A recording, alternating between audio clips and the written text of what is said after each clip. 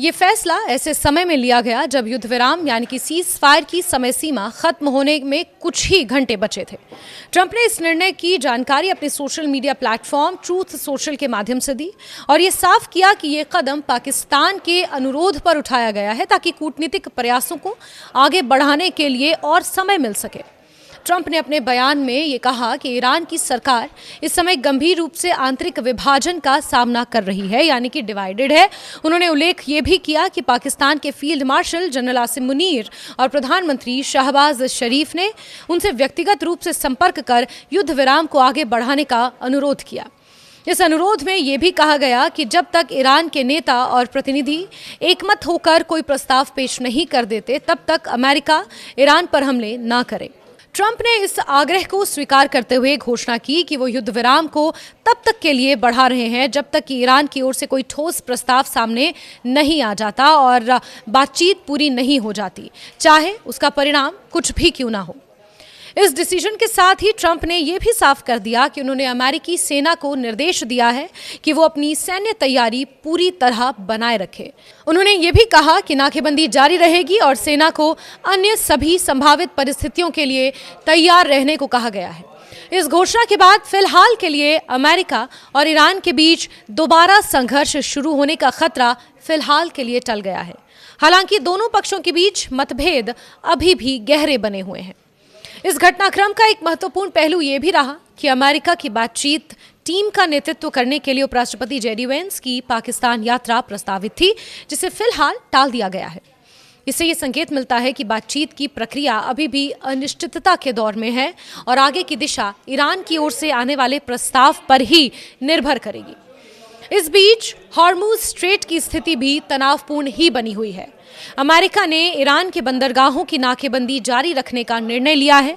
ये Hormuz strait वैश्विक तेल व्यापार का एक महत्वपूर्ण मार्ग है और यहाँ पर अमेरिकी नौसेना की उपस्थिति बनी हुई है। इससे पहले ईरान ने इस मार्ग को बंद करने की धमकी दी थी और कुछ जहाज़ों से टोल वसूली की कोशिशें भी की गई थीं, जिसके जवाब में अमेरिका ने यह नाकेबंदी शुरू की है।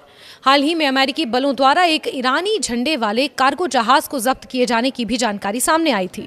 ट्रंप ने कहा कि यह नाकेबंदी ईरान की अर्थव्यवस्था पर गंभीर प्रभाव डाल रही है और किसी समझौते तक इसे हटाया नहीं जाएगा।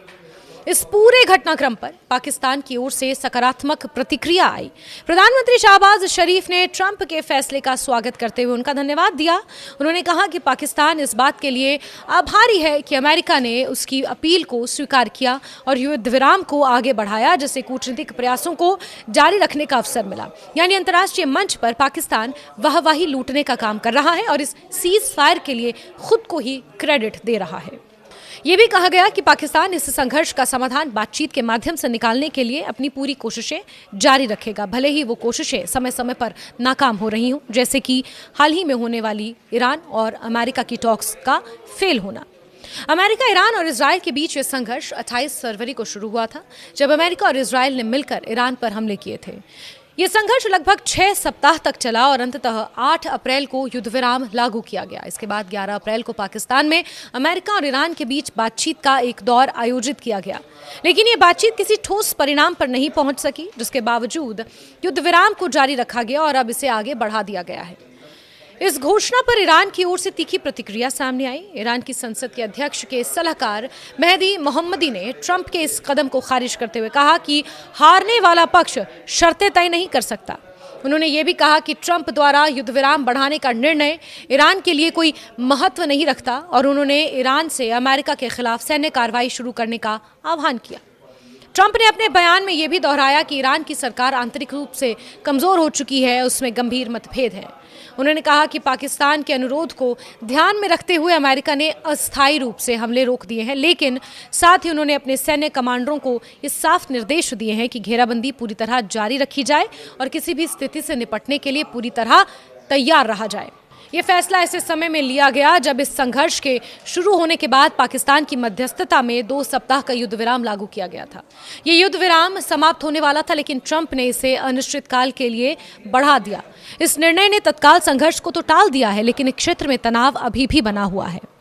अमेरिका द्वारा ईरान के खिलाफ जारी नाकेबंदी इस पूरे घटनाक्रम का एक महत्वपूर्ण हिस्सा बनी हुई है। ट्रंप के अनुसार ये नाकेबंदी ईरान की अर्थव्यवस्था को गंभीर रूप से प्रभावित कर रही है और जब तक कोई समझौता नहीं हो जाता इसे जारी रखा जाएगा।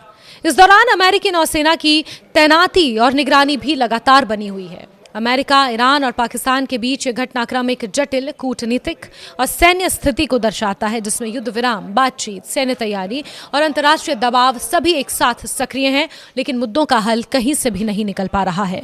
फिलहाल युद्ध का खतरा तो टल गया है, लेकिन आगे की स्थिति पूरी तरह इस बात पर निर्भर करती है कि ईरान की ओर से क्या प्रस्ताव सामने आता है और बातचीत किस दिशा में आगे बढ़ती है।